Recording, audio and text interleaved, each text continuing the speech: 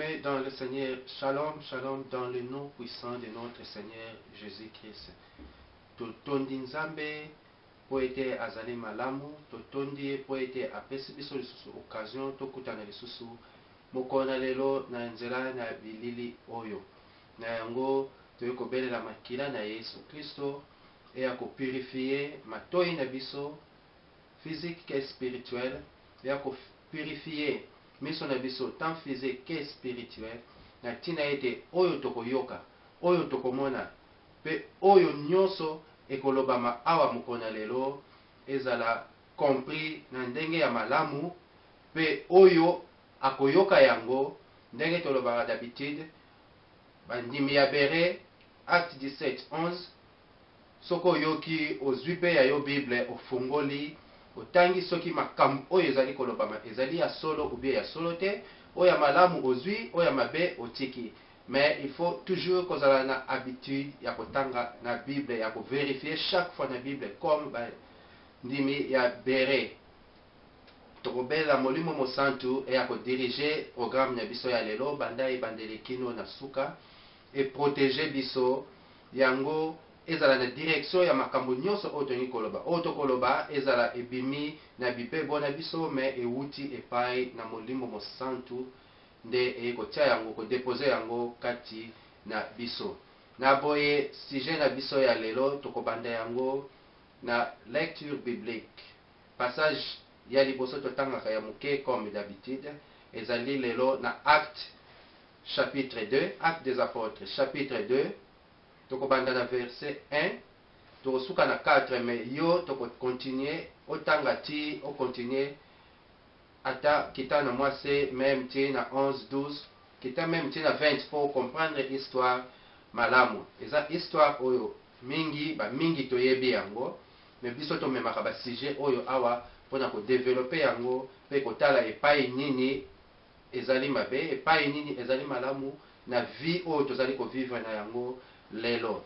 Totangi na kombo na Yesu Kristo. Verset ya liboso, Acte chapitre 2, verset ya liboso. Le jour de la Pentecôte, ils étaient tous ensemble dans le même lieu. Verset ya mibale. Tout à coup, il vint du ciel un bruit comme celui d'un vent impétueux, et il remplit toute la maison où ils étaient assis. Verset à Misatu. Des langues semblables à des langues de feu leur apparurent, séparées les unes des autres, et se posèrent sur chacun d'eux. Verset à Mine. Et ils furent tous remplis du Saint-Esprit, et se mirent à parler en d'autres langues, selon que l'Esprit leur donnait de s'exprimer. Tobandeli sous verset à Mine. Et ils furent tous remplis du Saint-Esprit, et se mirent à parler en d'autres langues, selon que l'Esprit leur donnait de s'exprimer. Oeza maloba na Nzambe, tika Nzambe akumisa lisusu na nzela na maloba na ye. Eloko tolingi tolobela lelo awa ezali le parler en langue. Le parler en langue. Balobi na biso awa na Bible ke ba disciple esika ba kutanaki, esika bazalaki bango nyonso ensemble, oyo ezalaki après tango Yesu ayebisaki bango te nako apesaki bango promesse ya molimo mosantu, bakutana esika moko, bazala esika moko, bazelaki na ndako esika moko, epai wapi molimo mosantu ekitaki epai na bango. Tango molimo mosantu ekitaki, bakomaki koloba na minoko, balobaki balokoto ya ndenge na ndenge, balobi bien ezalaki balangue ya midele ya ndenge na ndenge. Batu oyo bayaki koyoka bango bawutaki na bacontre différent, bawutaki na bavillage différent. Tango bayaki bakamwaki, me batu oyo bazali batu ya bamboka na biso te, me moko na bango azali comprendre makambo nini ezali koloba. C'est-à-dire balangue batu wana bazali koloba ezali balangue moko vrai, balangue oyo elobamaka oyo batu bazalaki koyoka bango bazoloba yango. mais molimo mosantu bato wana bayebaki o bazali koloba badisiple bayebaki balangue wana te. Molimo mosantu eyaki edepozaki yango kati na bango pe bazalaki capable ya koloba minoko misusu. Nde yango tolobi le parler en langue. Tokotala ba point ebele lelo le parler en langue ndenge nini ezali affecté na ba église, ndenge nini ezali affecté na ba itonga na ba groupe de prière ba bisika nyonso oyo tozali kosangana mpona kokumisa kombo na Yesu Kristo, kombo ya Nzambe na biso Jehova oyo biso nyonso tokenda kokumisa. Mais tant tokokota na détail okomona ke tokomeka kolakisa ba parti oyo ba parler en langue ezali ya solo pe ba parler en langue ekomi ya lokuta. Parler en langue ezali nini? Tomeka kopesa mwa ba définition selon la Bible, tomeka ko définir yango na ba façon ebele selon la Bible. Le parler en langue est ya liboso un don spirituel. Ndenge tolobi molimo mosantu nde edepozaki yango kati na bato pe bibebo na bango ekomaki koloba minoko o bango bayebi te, minoko bayekola te, mais bakomaki capable ya koloba yango. Donc ezali don moko ya Saint-Esprit. Okoki kozwa yango lisusu na 1 Corinthiens chapitre 12 verset 4 ti na 10. Soki otangi 1 Corinthiens chapitre 12 verset 4 ti na 10. Balobi na biso, il y a diversité des dons, mais le même esprit. Diversité des ministères, mais le même Seigneur. Diversité d'opérations, mais le même Dieu qui opère tout en tous. Or, à chacun la manifestation de l'esprit est donnée pour l'utilité commune. Or, verset 7, or à chacun la manifestation de l'esprit est donnée pour l'utilité commune. En effet, à l'un est donné par l'esprit une parole de sagesse, à un autre une parole de connaissance selon le même esprit, à un autre la foi par le même esprit, à un autre le don de guérison par le même esprit, à un autre le don d'opérer des miracles, à un autre la prophétie, à un autre le discernement des esprits, à un autre la diversité des langues, à un autre l'interprétation des langues. Nyonso oyo eza badon molimo mosantu edepozaka kati na bato. Mpona sujet na biso ya lelo tozolobela mingi soki olandi place totangi awa na verset 10 balobi à un autre la prophétie, à un autre le discernement des esprits, à un autre la diversité des langues, à un autre l'interprétation des langues. Elingi koloba molimo eza don ya Saint-Esprit, molimo mosantu nde ekotia yango kati na yo pe yo okoma capable ya koloba minoko oyo oyekola te.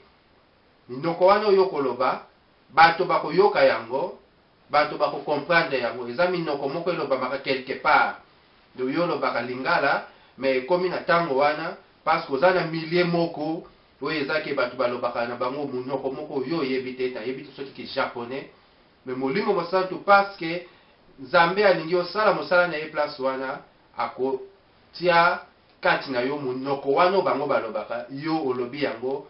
Soki ezali tokotala baka nyonso po toza na parler en langue pour la prière, peut parler en langue comme prophétie ou enseignement. Donc tokotala yango na sima awa tonga tolobaka ke ezali un don ya Saint-Esprit ko déposer yango pai na yo okoloba monoko moko oyo yebi te. Ya mibale tolobi le parler en langue est la manifestation de l'esprit que Dieu donne à chacun en particulier selon sa volonté pour l'utilité commune. Tangu Nzambe molimo mosantu atie kati na yo parler en langue wana ekozala pona utilité commune. Soko zaki na kati na etonga parler en langue wana yozoloba soki message soki nini yo lingi koloba wana il faut ezala pona utilité commune ezala pona moto nyonso yango tolobi monoko oyo koloba bato il faut bayoka yango soki bato bayoki yango te ndenge totangi na 1 Corinthiens 12 na verset 10 moto mosusu akobima o molimo mosantu pe ekopesa lisusu don ya interprétation po interpréter langue wana peut-être langue wana ye pe ayebi yango te molimo mosantu pe epesi don ya interprétation de langue po interpréter yango yango tomonaka epai wapi moto azali koteya soki ozoteya na mboka moko ubie oza mopaya oke place moko oke koteya o wana ezali batala mutu aza nango mutu akoki koyekola langue wana azoko interpréter donc différent na don ya interprétation de langue tozo continuer toko comprendre makambo oyo nyonso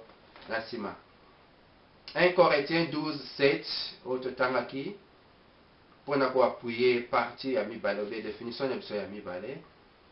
Or à chacun la manifestation de l'esprit est donnée pour l'utilité commune. Ndenge tolobaki bandimi ya bere nyonso oyo tolobaka il faut vérifier na Bible. Donc tolobi ke langue yo ozoloba il faut ezala pour l'intérêt ou pour l'utilité commune ya batu nyonso eza kaka ya yo moko te. Vous vérifiez yango dans 1 Corinthiens chapitre 12 verset 7. De continuer. Le parler en langue est l'un des signes que Jésus a annoncé. Il accompagne la foi de ceux qui se convertissent. Tant vous avez en langue et kokipe kozala ete poete yango maloba o nzambe Yesu Kristo alobaki et accompagné yango ezali accompagné na le parler en langue poete bato bazali kondimela yao bato bandimeli Yesu Kristo bato bandimi kobongola mitema na bango yango ezali moko ya basigne oyo e accompagnaka tango Yesu Kristo apesaki mission alobaki yango totanga na Marc 16:17. Voici les miracles qui accompagneront ceux qui auront cru. Ba miracle bilembo oyo ekolanda batu oyo bakondima, c'est-à-dire tango ke koteya ezala lobi en langue ezala nini moko ya basigne tolobi ezali en parler en langue. En mon nom ils chasseront les démons, ils parleront de nouvelles langues. Ezali signe moko oyo ezali ko accompagner maloba na nzambe epai ya batu oyo bazali kondima. Le parler en langue est l'un des miracles par lesquels le Seigneur confirme sa parole en travaillant avec ses disciples. Nzambe Yesu Kristo azali ko confirmer parole na ye oyo alobaki mission oyo apesaki pai na ba disciples était partout boko kende boko te ya ba signe ekozala oyo na oyo. Le parler en langue ezali moko na yango. Alors le parler en langue soki mutakomi koloba en langue tango andimeli ezali moko ya basigne oyo ezoko confirmer maloba oyo eloba maka. Marc 16:20. Et ils s'en allèrent prêcher partout. Le Seigneur travailla avec eux et confirmait la parole par les miracles qui l'accompagnaient. Yesu Christ a confirmé parole na ba miracle oyo ezalaki ko accompagner parole oyo na ba miracle oyo moko nango ezali le parler en langue oyo tozolobela lelo. Okoki susu ko vérifier na Acte 19:6. Acte chapitre 19 verset 6. Lorsque Paul leur eut imposé les mains, le Saint-Esprit vint sur eux et il parlait en langue et prophétisait. Donc Paul atiaki bango maboko molimo mosantu ekiti epai na bango. Tolobaki na liboso ete ezali un don ya Saint-Esprit. Donc molimo mosantu nde ekitaki epai na batu epesi bango minoko oyo ba lobaki.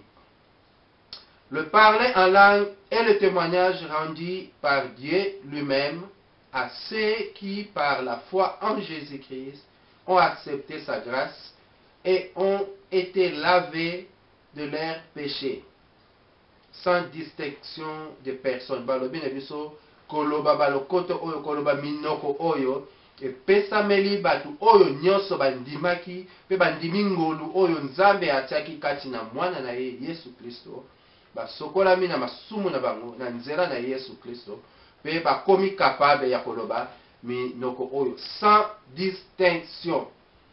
Donc elingi koloba molimo mosantu nde eponaka, molimo mosantu nde edepozaka yango, yango eponaka te ke epesi paye na ba oyo etiki ba misusu. Non, molimo mosantu tango yango eye epai ya bato bandimi ngolu wana, yango ekodepose ba langue oyo selon ndenge ye andimi, sans distinction. Eponi te mwasi mobali leki soki nani, yango ekokita. Balobi même awa soki totangi omona edepozaki yango même na ba païen. Tanga yango na Acte chapitre 10 verset 44 ti na 46. Acte chapitre 10 verset 44 ti na 46. Verset 44. Comme Pierre prononçait encore ces mots, le Saint-Esprit descendit sur tous ceux qui écoutaient la parole. Molimo mosantu ekitaki na ba oyo nyonso bayokaki maloba. Elobi kaka teke na ba chrétien ou na ba oyo bandima, na ba oyo nyonso bayokaki maloba. Na verset 45. Tous les fidèles circoncis qui étaient venus avec Pierre furent étonnés de ce que le don du Saint-Esprit était aussi répandu sur les païens.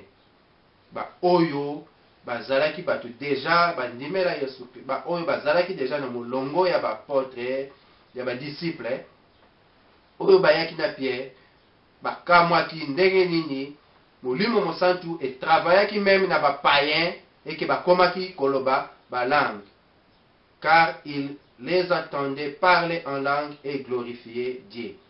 Ba yokaki bango koloba minoko pe ba gloire, alors que ba yebaki ke molimo mosantu nde epesaka ba don wana.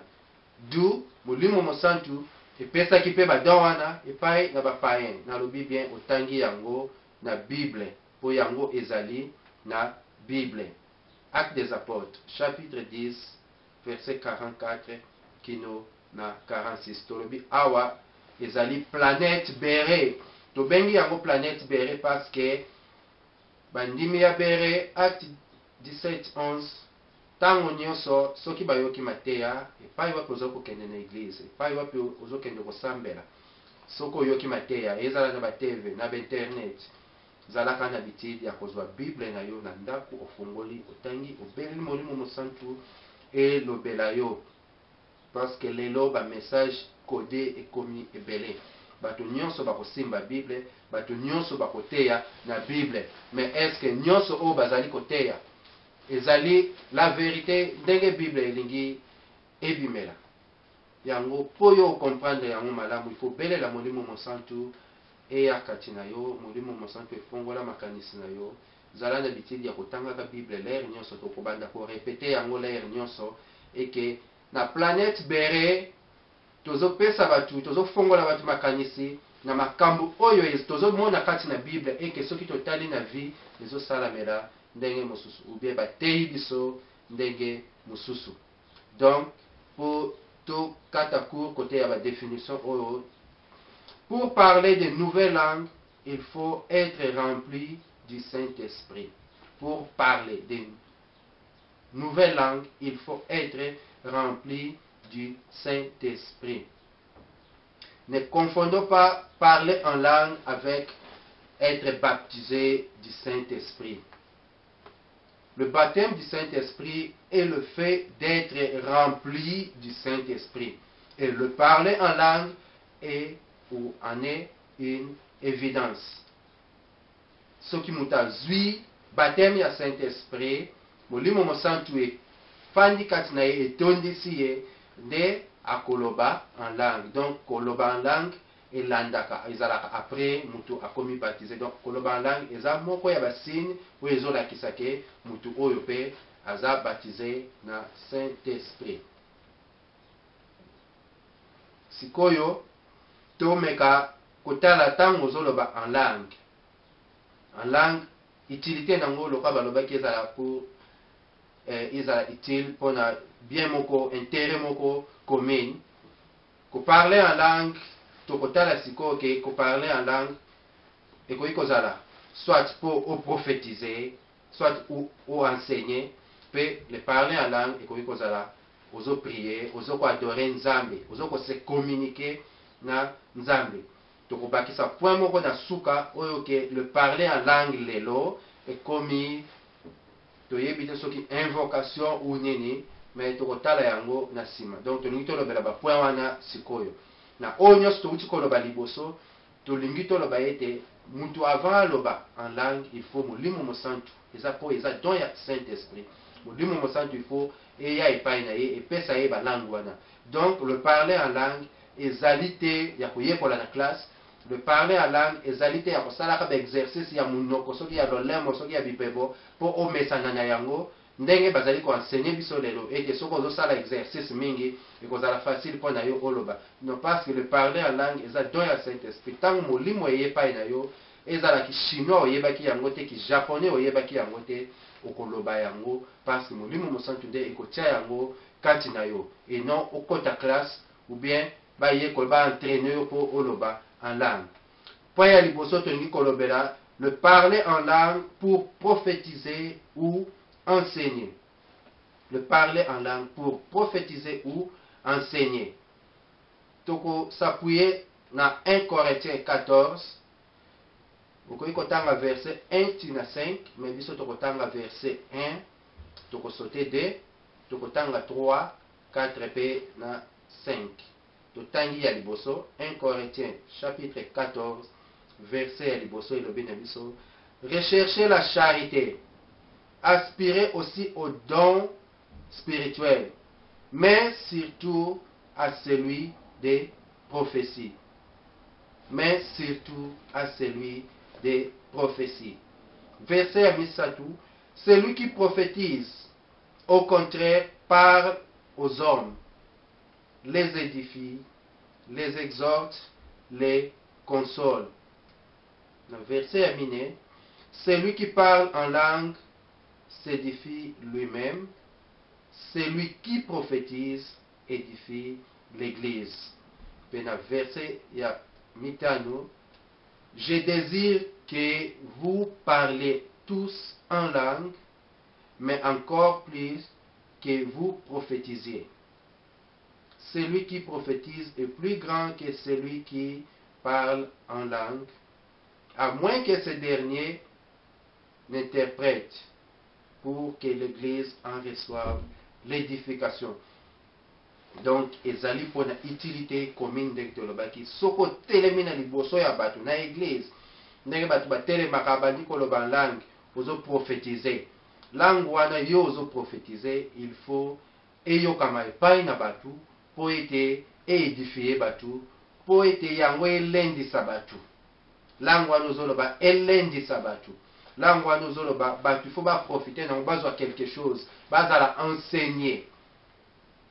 Donc, tant que vous prophétisez en langue, ceux qui bato bazo yokate, kati na ensemble, il faut motomoko, azala na don ya interprétation de langue, ya ko yoka monoko yozoloba pe, ye ako interpréter yango, ako balola yango na monoko oyo, batu oyo baza kati ensemble, batu nyonso bako yoka. Donc, le parler en langue, ceux qui ezali pour la prophétie, il faut ezala soit compris na batuana ou soit interprété na muto ya na don ya interprétation. Balobi na biso awa eza malamu oloba langue, balobi te ko oloba langue te eza malamu, mais eza malamu soko zo prophétiser langue wana ezala compris na batu oyo bazo yoka yango.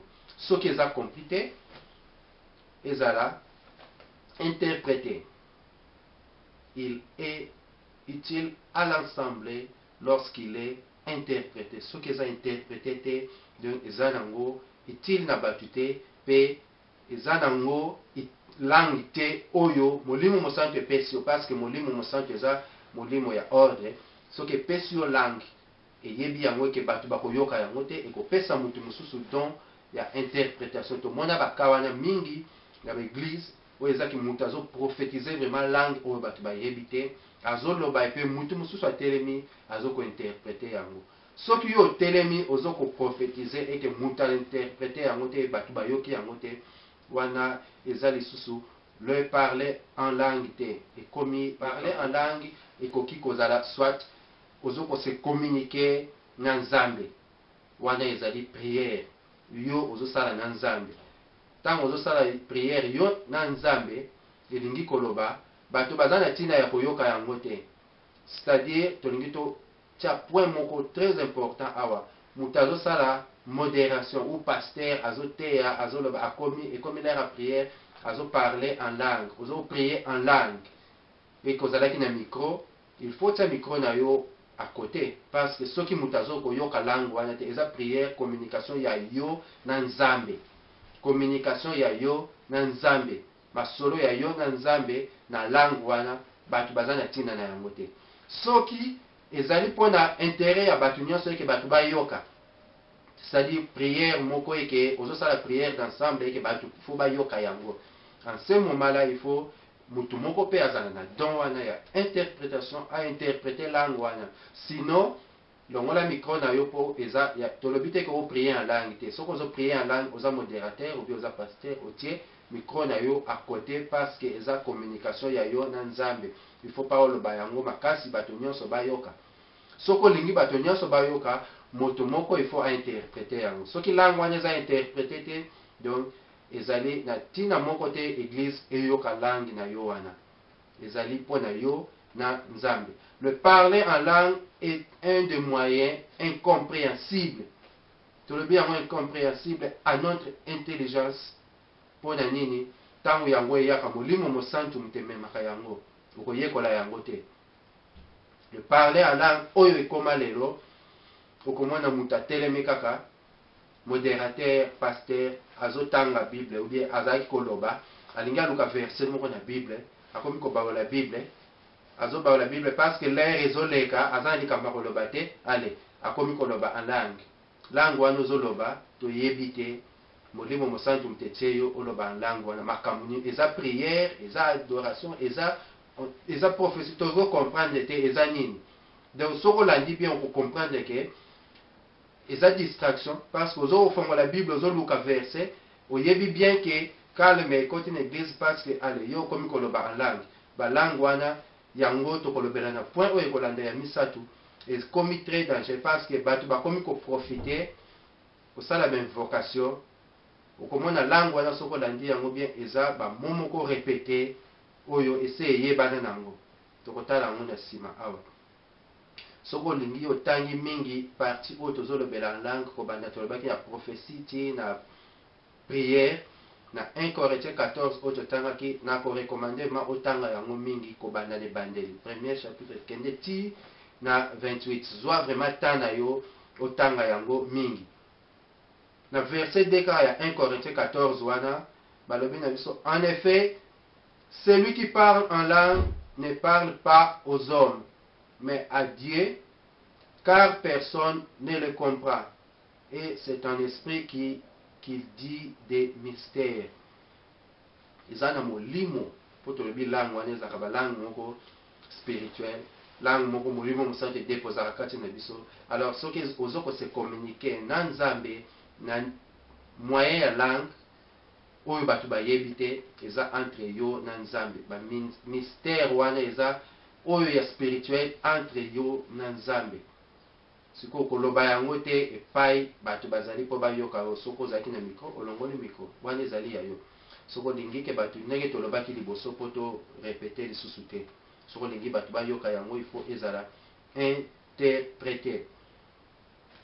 Soko kiti na verset 14 1 Corinthiens 14 okiti na verset 14 sikoyo. Car si j'ai pris en langue, mon esprit est en prière, mais mon intelligence demeure stérile. Car si j'ai pris en langue, mon esprit est en prière, mais mon intelligence demeure. Intelligence na yo, mayele na yo, ekozala toujours wana. Donc okoyeba ke langue ozali ko parler na langue moko ate ozo comprendre nango te mozo parler en langue ozoloba susu na monoko oyo yo olobaka te. Que faire donc? Je prierai par l'esprit, mais je prierai aussi avec l'intelligence. Je chanterai par l'esprit, mais je chanterai aussi avec l'intelligence. Autrement, si tu rends grâce par l'esprit, comment celui qui est dans les rangs de l'homme, du peuple, répondra-t-il Amen à ton action de grâce, puisqu'il ne sait pas ce que tu dis?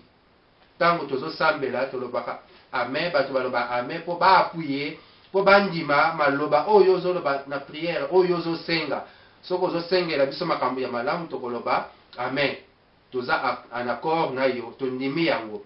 Mais siko soki ozo prier en langue, biso tozo yoka te.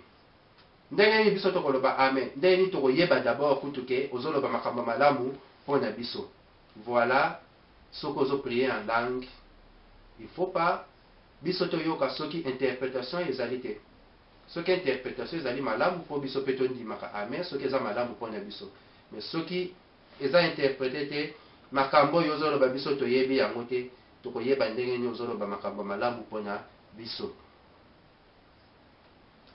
Soko soto okei ti na 18, je rends grâce à Dieu de ce que je parle en langue plus que vous tous. Mais dans l'église, j'aime mieux dire 5 paroles avec mon intelligence, afin d'instruire aussi les autres, que 10 000 paroles en langue. Eza malamu na loba en langue koleka bino nyonso na église. Yo loba kano en langue koleka bato nyonso na itonga, c'est bien. Mais eza malamu na mutu oyo akoloba ba parole moko ata 5 paroles. Avec intelligence na azoyeba ke nazoloba maloba boye oyo ekoedifier peuple de Dieu, ke oloba maloba ebele en langue bato bayoki yo te, esungi bango te. Donc en parler en langue, soko ozo prier en langue, eza prière moko privée. Une prière dite en langue est une prière privée. Ndenge to bandaki na ngone bandeli ezali ya yo na Nzambe. Soko ozo chanter en langue ezali ozo ko adorer Nzambe, ezali yo na Nzambe, parce que eza interprété te tozo comprendre yango te. Soko lingi to comprendre yango, il faut ezala interpréter. Donc soki ezalaki don esprit mutu etiaki yango kati na yo, mutu moko akobima akointerpréter. Mais soki mutu abimi te po interpréter yango, donc eza ewuti na makanisi na yo, yo ozoloba yango. Na verset 27 kino na 28, soki to continue balobi, en est-il qui parle en langue que 2 ou 3 ou plus, au plus parle, chacun à son tour, et que quelqu'un interprète. S'il n'y a point d'interprète, qu'on se taise. Vous allez dans le verset 28. S'il n'y a point d'interprète, qu'on se taise dans l'église et qu'on parle à soi-même et à Dieu.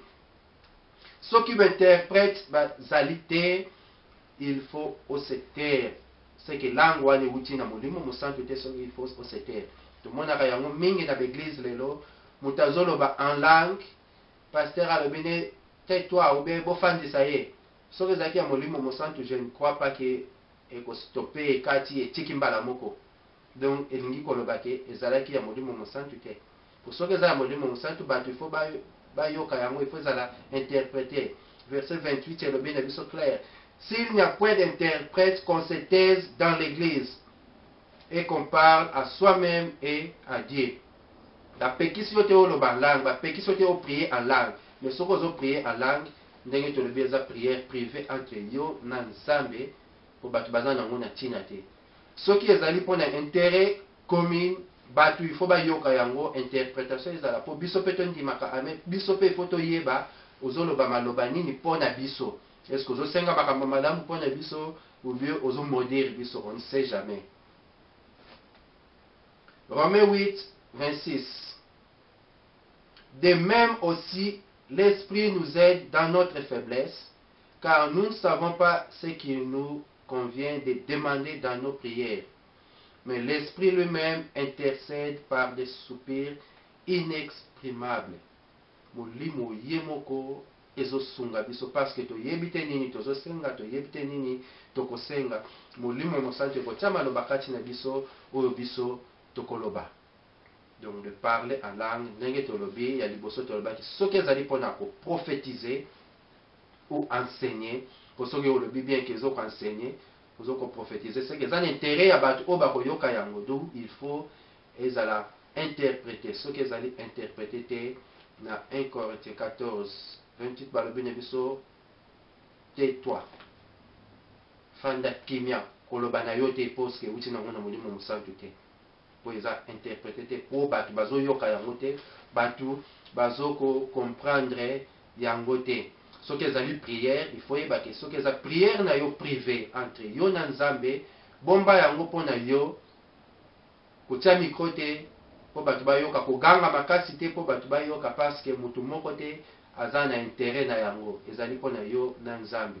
À moins que olingi bato bayoka, alors il faut ezala interpréter. Soki eza interpréter te, sambela mpona yo. Soko olingi koyemba, soko olingi kosambela, soko donc façon nyonso yo olingi koutiliser langue mpona communication na Nzambe, ezali mpona yo na Nzambe. Soki tozore insister bien, soki ezali interpréter te. Soki eza mpona intérêt ya bato nyonso, il faut ezala interpréter. D'où tokoloba ete bato balobaka en langue. Pour lelo tomonaka na l'église, soki ekomi kaka na point pasteur ou modérateur alobi sikoyo ekomi tobelela molimo mosantu, bozala calme, botala manifestation ya Saint-Esprit, eza na bato oyo eyelaka bango automatique. Balangue wana balobaka toyebi te soki tobenga yango langue parce que bamo eyokanaka te, okoyoka ba de zizizizizi, est-ce que eza parler en langue. Et puis eyaka kaka tango balobi ke tozala calme, soki balobi kaka bozala calme, ya yo eye bamo eyokanaka te, mutu moko interprète yango te. Et puis chaque jour yo soki balobi ezala balobi na tongo toza na kilt, soki balobi kaka Saint-Esprit ekose manifester, bino bozalaka bato ya liboso de ba zizizizi, est-ce que wana ezali balangue, eza bamanifestation ya milimo moko ya mabe oyo eza kati na bato ezokose manifeste na ntango oyo Saint-Esprit elingaka eya, eza balangue te. Yango tolobi fo kozalaka na bitidi ya kotanga Bible. Planète Bere awa tolingi tobanda kofungolaka bamakambo totangi na Bible, tocomprendre, toye topartage yango. Yo mpe ezala na bitidi kotangi na Bible, okomeli biso tosali partage. Ntango tokutanaka na bandeko baemission mosusu omona tosalaka ensemble na bato po tosala bapartage wana, tomeka kosungana yo na biso, tomekaka kosungana. Donc soki moto azoloba na langue, belangue wana balobaka na l'église ba de ba zizizizi, eza en langue te, eza ba manifestation ya Saint-Esprit te, ezali ba manifestation ya besprit mabe oyo ezalaka ntango olingi okota na adoration yango ebandi kose manifester. Préciser yango bien, ezali ya Saint-Esprit te. Soko ba langue na yo wana olobaka ya ba de ba zizizizi, eza ya Saint-Esprit te. Donc il faut faire très attention. Le parler en langue ou invocation, moni ba la langue wana tolobi sikoyo ya ba de ba zizi, ezali susu ba langue te, comme le roi ba invocation pe l'air mususu.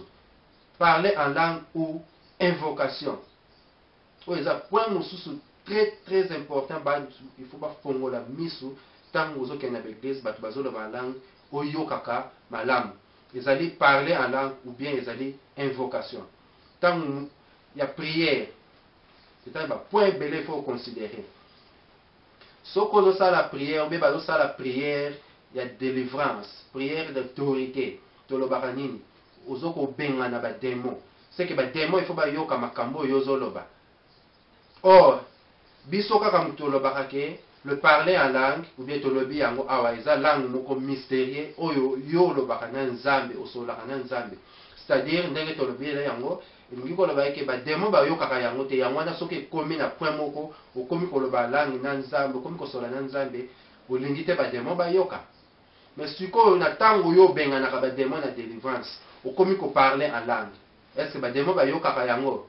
Donc ils comme makamoko très suspect comme invocation ou bien ozo ko invoquer ba bien na ba nzambe na mususu na place au lobake ozo ko parler en langue. Il ne s'agit donc pas d'une science ou d'un art que nous pouvons produire nous-mêmes.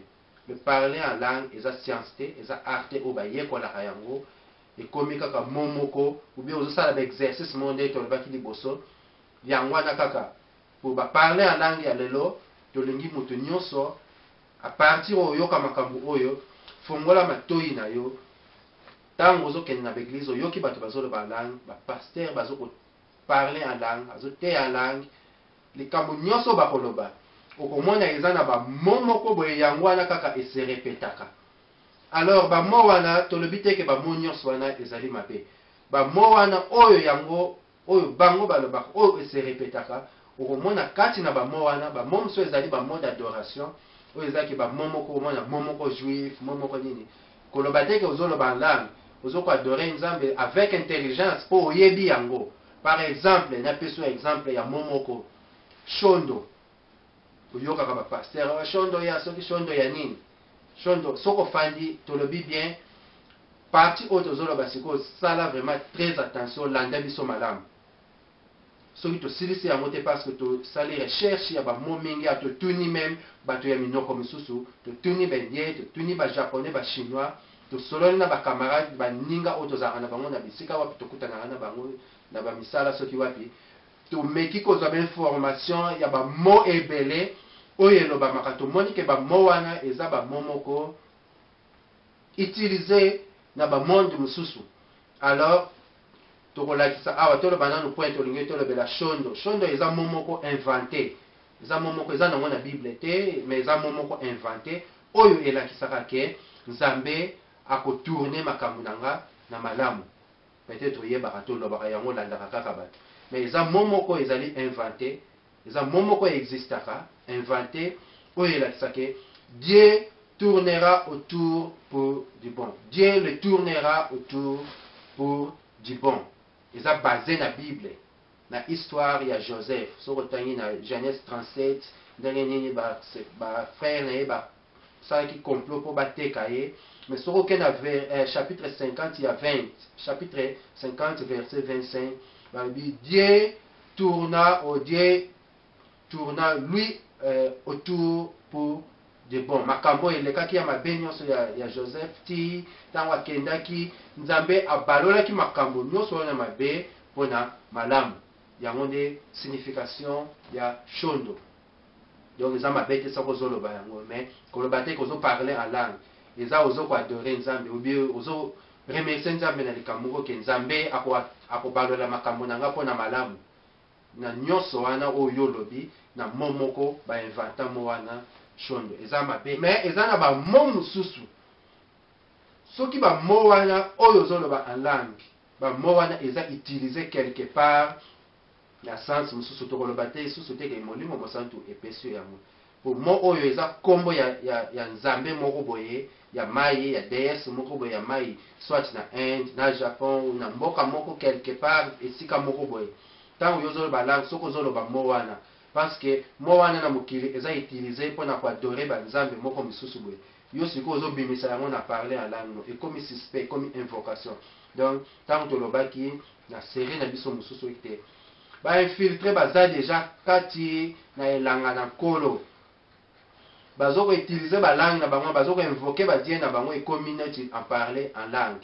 Donc il faut faire très attention bamo wana toza nango ebele awa même soki natali bien 6 ou 7 pages ya bamo kaka ya bakombo ya banzambe bamo wana tolobi bien tolandi balangue oyo ezolobama na l'église toza na babande totali o prophétesse moko azokoparle en langue totali bamo wana soko ozwi bamo wana omona bamo yango parce soki ekomi lokola bakomi kochante yango koyemba yango ekomi lokola ekangami bamo mibale misato mais tozwizwi bamo wana nyonso oyo tozoyoka ezobima na minoko na bango tomeki kosala étude nango tokei vraiment na profondeur toyeba basource ya bamo wana toyei komona ke eza bamo moko utilize epa mosusu na monde mususu ba utilizaka yango na sens mususu bien eza na ba signification moko ya malamu te eke okoki koloba yango na église te.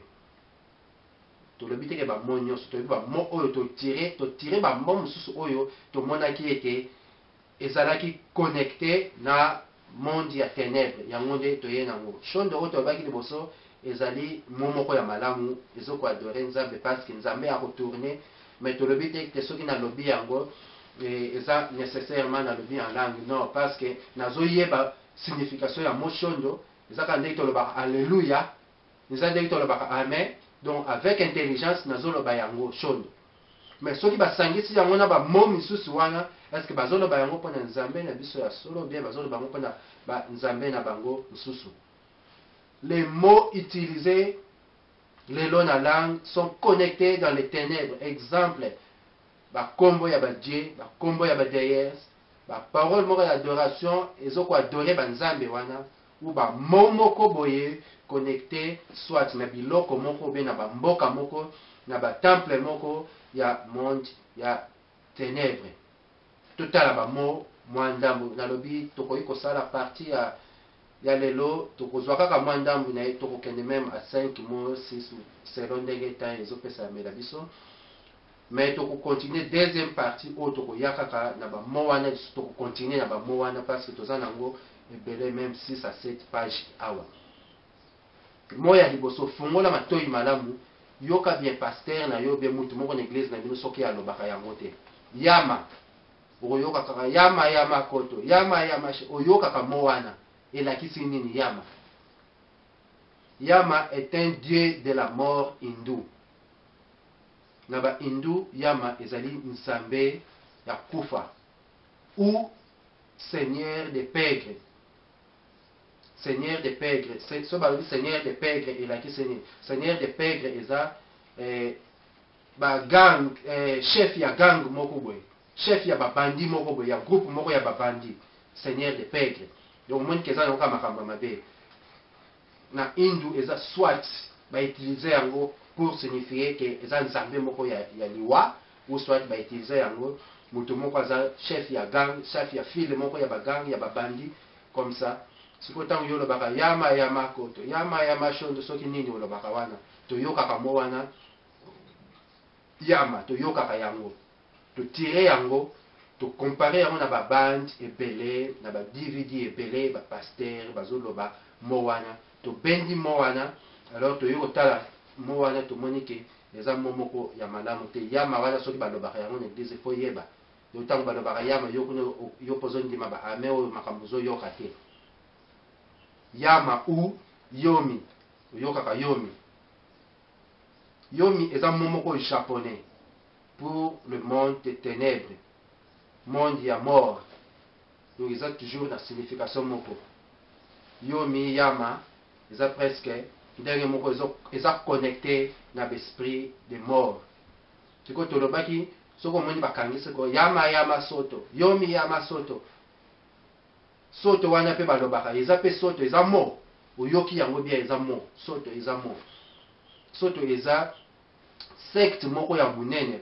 Donc parmi les 3 sectes ya minene ya na babuda ya Japon. Babuda ya Japon, babudiste ya Japon, bato badoraka Buddha na Japon. Donc ba oyo ba memaka Buddha na Inde bakena ngo na Japon. Eza na tribu moko ya ba Zen oyo ba utilisaka yango lelo soto comme nzambe na bango moko, secte na bango moko boye, église na bango moko boye, comme école na bango moko boye. Po bango mingi babenga yango bekole. Sika bakenda koyekola ba yoga bani bango mingi babenga yango bekole. Eza ba secte moko boye. Donc eza bouddhiste moko ya ba Japon, ba bouddhiste ya Japon nde ba utilisaka kombo wana comme secte na bango moko boye. Yango yokaka na Japon soto zen, donc eza secte moko na kati ya tribu ya zen, na kati ya village wana ya zen. Donc soko yoki ba pasteur bazoko teya obe bazoko sambela alang yama soto faut yeba ba mo wana tozo lukatola kiso ba mo wana nyonso. Toza na mo mususu shinda Shinda eza na mwa explication ebele. Il faut landa biso malamu. Shinda yokaka yango. Shinda ezali Dieu ya fertilité. Shinda ezali nzambe ya fertilité. So ba nzambe ya fertilité, vous comprenez? Au moment na l'église mususu pa ba utilisaka mo wana mingi. Ba invokaka nzambe wana po apesa mabota. Oyoka obiso na église na biso basala so mo ba groupe moko so ba mama de nini ba bengaka batu nanu ba boti te avec la foi ba kozala ba invokaka ba nzambe na bango moko. Shinda za Dieu moko ya fertilité. Fertilité pona kobota kaka te, fertilité na musala na mbongo na makambo ebele. Donc aza na ba peuple toujours na Japon ba peuple ba benga ngo ba peuple Ainu, ba peuple Ainu ou bien Ainu ba komango A I N U na Japon bango nde ba invokaka Shinda comme Dieu ya fertilité. Mais na Inde pe ezali, na Inde pe ezali ba Hindu baza nango pe na Inde ezali connecté na Dieu ya monde moko ya mai, sirène moko ya mai, déesse moko ya mai. Shinda eza connecté. Na tango natangaki na histoire parce que tutanga pe histoire na kala ba Dieu neti ba Vishnu. Na monaki ete Vishnu alekaka na mai moko, mai yango babenga yango pe Shinda malgré que peut-être ba epele yango ndenge mosusu, mais soki natunaki bendie batangela ngambo wana esonne toujours Shinda. Donc mai wana déesse moko pa azalaka wana, déesse wana nde azalaka wana oyo kombo ya Shinda oyo bainvokaka bango bayebi yango mpo bainvokaka yango. Donc na monde moko mystérieuse ya monde ya mai, déesse moko ya mai. Shinda eza ba caractéristique ya déesse wana, aza séducteur, séductrice. Ezali sous connecté na esprit de mort. Moni déesse wana mai esprit de mort. Wa benda kabatu na mai, eza pe connecté na esprit de mort. Yango moni tolobaki na sujet musu to salaki awa ya séduction. Il faut faire très attention. Ba mo mususu bazoloba, ba mo ekomi codé, ba message ekomi codé. Shinda wana ezali tango yokaka soko yoki ba prophétesse, ba prophète, ba pasteur ba utilisaka yango bakangisi yango Shinda bara. Shinda bara elingi kolakisa nini? Elingi kolakisa rose morte. Rose morte tango tolobi Shinda eza ekoki kolakisa pe mort, ekoki kolakisa connecté, eloko moko connecté na mort. Donc tango balobi Shinda bara eza rose morte. Donc ekomi biloko moko très suspect. Okomona ba dessin ya fleur rose wana batiaka yango ekomi na katikati batie lokola elongi ya mwa mutu moko boye ya déesse moko boye. Ezali très suspect. Toza nango même na ba image awa oyo ekozala présenter na émission oyo ezali koya parce awa tokotisi yango mpona kolakisa ke ntango bazoka utiliser yango en langue ezali susu en langue te, parler en langue te ekomi ba invocation. Okoyoka yango mosusu batia yango neti na banzembo Shinda bara, Shinda bara, Shinda bara, Shinda. Eza na prophétesse moko na kini toyokaka répétaka toujours Shinda bara, Shinda bara, Shinda 2 ou 3 fois comme ça. Alors invokaka nani langue nini wana bato bayokaka te po eza interprété te. Po tolobaki na liboso soko ozoloba langue bato bayoka yango, soki bato bayoki yango te, tais-toi. Soko yo okomisa yango na l'air, ezala prière, ezala adoration, ezala nini maloba oyo yosambelaka eyokanaka te kaka wana. Bamosusu batie yango na banzembo, bamosusu. Donc mo wana il faut bolanda yango malamu. Shinda bara yoka yango malamu, kende na ba internet luka ba camarade no ya ba indien soki ya ba japonais tuna bango soki makambo biso tozoloba ezali ya solo te. Après oya kopesa biso réponse. Donc to comprendre que epai wapi nyonso ba utilisaka ba mo oyo ezalaka na yango parler en langue te, bazoko invoquer ba nzambe na bango. Donc on peut continuer même na le tokoloba ta 5 mais na moni to meka ko bakisa ta moko mibale lisusu to meka ko éclaircir ba mo misusu oza ba mo oyo toyoki eloba maka mingi. Ikoboshi bien ikoboshi asoki nini balobelaka ndenge balobelaka yango do basangisaka yama koto yama soki nini ikoboshi Shinda kura babiloko wana toza nango nyonso awa explication nango. Ikoboshi wana eza na Japon ezali, na Chine ezali eza déesse de lumière. Donc eza moko ya ba étoile oyo ebrillaka makasi na Aquila. Oyekona na géographie Aquila constellation ya ba étoile. Donc moko ya ba étoile oyo ya Aquila ebrillaka makasi yango nde babengaka Ikoboshi na Japon ou na Chine. Donc il faut faire très attention.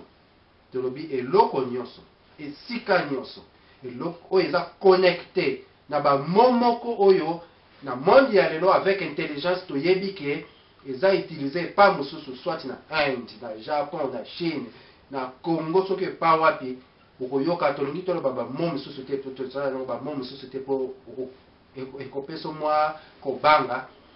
Mais tolingi toya nango avec ba preuve ba image ndenge tolobi mwa ndambo oyo tolobi oyoki yango comprendre zala mutu oyo ya critique biso tondimaka critique kende na internet luka tala ba connexion okomona ba mo oyo lelo oyo ba mo oyo tolobi eza pe ba mo moko utiliser na ba kombo ya batu. Donc il faut faire très attention. Tolobi kende na origine pour topesa exemple eza exemple ya mabete Kipa Vita mama Kipa Vita aza mutu oyo biso toyebi ba prophétesse ya kala aza prophétesse ya malamu prophétesse ya nzambe eza ka exemple tolobi te eza mabe eza exemple. Mais lelo oyo eza na bana oyo babotamaka bato oyo bandimelaka Kipa Vita bapesaka kombo ya Kipa Vita. Par exemple Kimbangu, prophète Kimbangu biso nyonso toyebi un prophète de Dieu. Lelo oyo bato bapesaka pe bana na bango kombo ya Kimbangu bazali.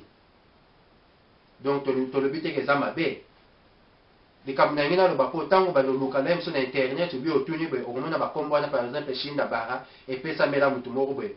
Shinda Bara eza kombo ya musicien moko boye. Shinda Bara eza kombo soki ya vedette moko boye.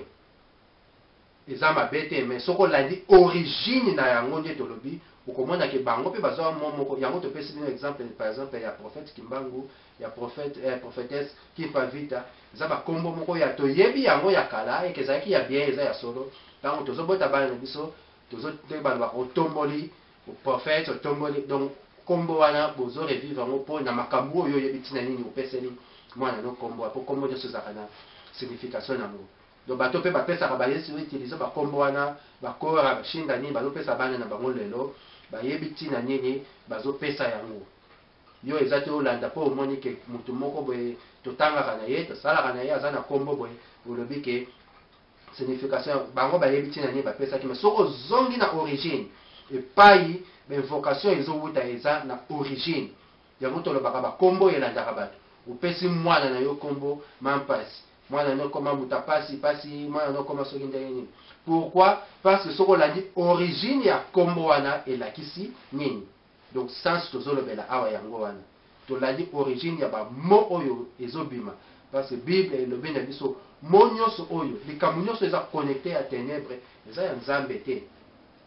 Pe okoki kobimisa yango te mpo adore nzambe okoki kobimisa yango te mpo ose communiquer na nzambe. Bamo wana topesi bino exemple landa biso malamu zongela bande oyo zongela soki DVD oyo malamu programme oyo zongela yango malamu yoka bamo wana. Et puis mbala ya nsima ntango okomona toye na partie de ya émission oyo meka olanda parce que wana tokoya vraiment ndenge toza nango awa nyonso oyo ba 6 ou 7 pages oyo bamo na origine na source na yango et puis na ba image oyo eza représenter lelo na ba soki banzambe wana soki na ba bisika wana ba secte wana ba place d'adoration wana oyo nyonso tobimisi. Donc ndenge tolobi po tosukisa lelo soko otangi na Esaïe 8:19 verset na biso ya suka ya lelo tozwi yango na Esaïe chapitre 8 verset 19. Si l'on vous dit consultez ceux qui évoquent les morts et ceux qui prédisent l'avenir, qui poussent des sifflements et des soupirs, répondez: un peuple ne consultera-t-il pas son Dieu? S'adressera-t-il aux morts en faveur des vivants? Tika Nzambe akumisama na partage na biso ya lelo olimo mosantu efongola lisusu miso na yo efongola matoi na yo esika wapi nyonso ozokende oyoka omonaka basini na basini mbala ezoya tokoya na basini oyo ozotala maboko ya mutu ndenge azosala okomona ke ezorepresente eloko moko boye soki omoni yango ezalaka répété.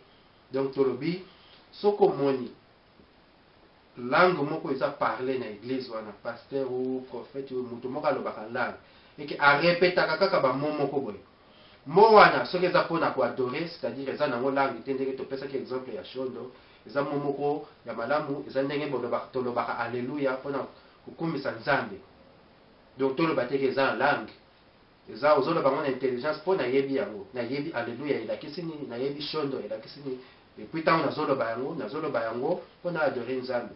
Mais soki bamo moko ekomi répété oyo eza connecté neti tolobi na partie mosusu awa bamo moko connecté tolakisi par exemple yama, chinda, kora, bara, yomi, soto, yama soto, soki nini wana folanda yango bien, kora, chinda folanda yango bien, eza bamo moko connecté na monde ya ténèbre tolakisi bino awa.